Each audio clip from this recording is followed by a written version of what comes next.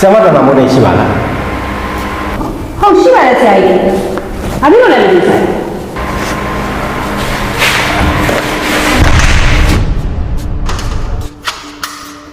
ဆရာကြီးဘာလို့တကားပိတ်လိုက်တာလဲရှစ်လို့ကျမကဘာလို့လဲဆရာကြီးကျွန်တော်ရဲ့အကြောင်းကိုကျောင်းသားသိသွားရှစ်ဆရာကြီးရှင်ဆရာကြီးကျမကဘလို့ဒိတ်တယ်နဲ့ပြောနေရလဲဆရာကြီးဆရာမဘာတွေတွေးချော်နေရလဲဟိုမှာဆရာမရှိနေကျွန်တော်ရဲ့အကြောင်းကိုကျောင်းသားတွေသိစေချင်လို့လွတ်လွတ်လပ်လပ်ပြောအောင်လို့ဟိုဆရာလေးကျွန်တော်အဘကတကားမှာပိတ်ပေးပါလားဟောဆရာမဒေါက်တာရဲ့ရှိနေရဆိုအတော်ပဲ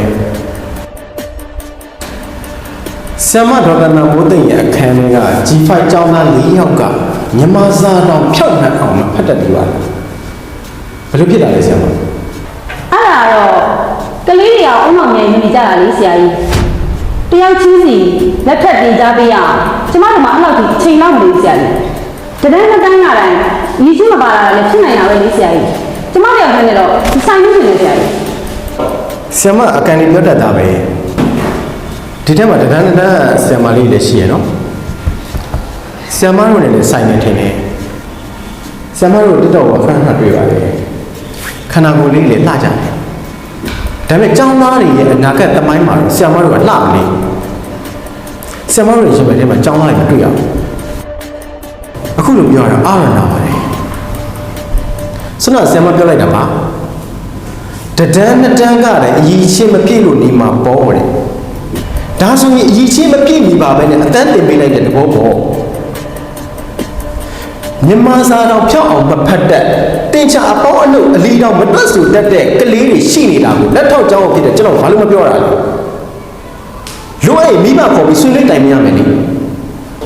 တော့ဆရာရဲ့ကျူရှင်မတတ်တဲ့ကလေးနဲ့တော့စာလိုက်နေကိုဘယ်လွယ်မလဲဗျာဟာ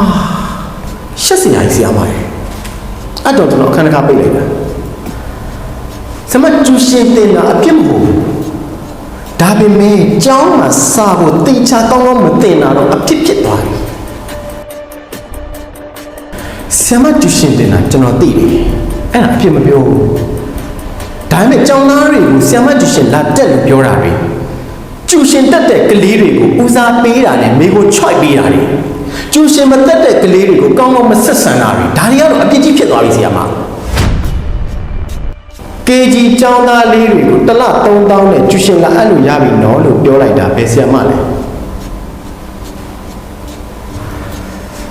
ဆရာမတို့ကအရင်ရှစ်ဖို့ကောင်းနေဗျာ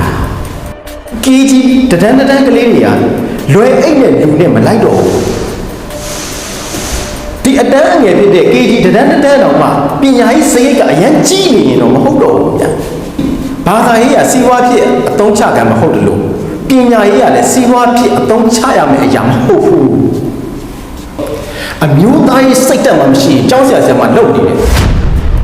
ဆရာမတို့ကရှင်သန်လာမဲ့မျိုးစိတ်တွေကိုကြိုက်ချို့ပြနေတယ်အတူတူပဲဆရာမဆိုတာနိုင်ငံရဲ့ဝန်ထမ်းကောင်းတွေဖြစ်ရမှာအခုနိုင်ငံရဲ့အစိတ်ပင်ပညာရေးလောကရဲ့အစိတ်ပီးတွေဖြစ်နေပြီဆရာကျမတို့အဲ့လိုစော်ကားပြောနေကြမလိုပါဘူးဆရာပြောတာအရင်များသွားတယ်ကျမတို့လည်းဘုရားနဲ့တလောက်တော့လောက်နေတာပဲလေသူရှင်ဖွင့်စားနေရဆိုတာလေကျမတို့ကမဟုတ်ဘူးလေအခုမှဖွင့်စားနေကြတာလည်းမဟုတ်ဘူးကျမတို့ရက်တည်မှုအတွက်မလုံလောက်လို့ကျမတို့ဖွင့်လူတွေကတော့အမှားနဲ့နေနေဆရာလိုအပ်ချက်ဆိုတာလေနေရာထဲမှာရှိနေမှာပဲဆရာပြောတဲ့အထက်ကိုတက်ပြောလေကျမတို့အောက်ကလူတွေကြီးပဲဖိတ်မပြောပါနဲ့ပြည့်နေမယ်ဆိုလည်းနေရာထဲမှာပြည့်ပြည့်စရာကြီးပဲလေဆရာအိုးဆရာမဘယ်လိုပုတ်တတ်တာလဲဝန်ထမ်းကောင်းပြီးတတ်ပါဒီမေးဆရာမလိုအပ်ချက်တွေပြုပြင်စရာတွေအတွက်ကျွန်တော်အထက်ကိုစတင်ထားပါတယ်အခွင့်အာဏာလို့လူချင်းတွေ့ရတဲ့အချိန်တွေမှာလည်းကျွန်တော်ပြောမပြပါတယ်ဒါပေမဲ့အစင်းစင်းသွားတဲ့နေရာဖြစ်တဲ့အတွက်ရင်မောပါတယ်တခါတလေမထီအောင်ဘူးအဲ့တော့ဘဒူလုတ်လို့မလုတ်လို့ကိုကစလုတ်တယ်ဘဒူကောင်းတော့မကောင်းအောင်ကိုကောင်းအောင်လုတ်တယ်အဲ့ကြောင့်ကိုလုတ်နိုင်တဲ့လုတ်ပိုင်မှုရှိတဲ့ဘောင်လေးကနေကိုเจ้าကိုကောင်းအောင်ကိုလုတ်ရမယ် အဲ့ဒါကြောင့်ပြောလို့ရတဲ့ပြောပိုင်ခွင့်ရှိတဲ့ကိုဆရာဆရာမတွေကိုပြောနေတာဆရာမတို့ကျွန်တော်မုန်းလို့ပြောနေတာမဟုတ်ဘူးကျွန်တော်ကဆရာဆိုတဲ့ဂုဏ်ဖို့အသက်ထက်တန်ဖိုးထားတယ် ဆရာကျမမလို့တော့ဘူးဆိုရင်အခန်းထဲကိုတွားလို့ရမလားဆရာအတန်းနဲ့တက်တော့မှမလို့ပါဆရာ နေဦးဆရာမဆရာမကကျောင်းမှာမောင်းဆိုင်ရောက်တယ်နော် ဟုတ်ရောက်ပါတယ်ဆရာဘာဖြစ်လို့လဲဆရာ အဲ့မုံဆိုင်ရောင်းတာကဘာမှပြောစရာမရှိပါဘူးဒါပေမဲ့အဲ့ရောင်းတဲ့မုံတွေကအချုံမုံတွေများနေတယ်ဒီကလေးတွေအတွက်ကျမ်းမာရေးနဲ့မညီညွတ်တဲ့ဓာတုမကင်းတဲ့မုံတွေတဘာမှမဟုတ်တဲ့အချိုရည်တွေအများများနေတယ်ဆရာမအဲ့ဟာတော့ပြောစရာဖြစ်နေလို့ ကလေးတွေကအဲ့ဒီမုတ်တွေကိုပဲဝယ်စားကြတာဆရာကျမကတော့သူတို့တောင်းဆိုလို့ကျမဆိုင်မှာအဲ့ဒီမုတ်တွေတင်ထားပေးရတာဆရာနောက်ပြီးကျမကလည်းကျမဆိုင်မှာပဲကလေးတွေကိုမုတ်ဝယ်စားရမယ်လို့ဖိအားပေးထားတာမျိုးမရှိပါဘူးဆရာကျမဆိုင်မှာမုတ်ဝယ်စားတဲ့ကလေးတွေကိုပိုးပြီးမျက်နှာသာပေးတာမျိုးလည်းမရှိပါဘူးလို့ဆရာပြီးတော့ကျမစာတင်တဲ့နေ့ထိမုတ်ရောင်းတဲ့ဆရာမမျိုးလည်းမဟုတ်ပါဘူးဆရာရဲ့ဆရာပြောတဲ့ဓာတုမကင်းတဲ့ချိုရည်တွေမုတ်တွေဆိုတာလေ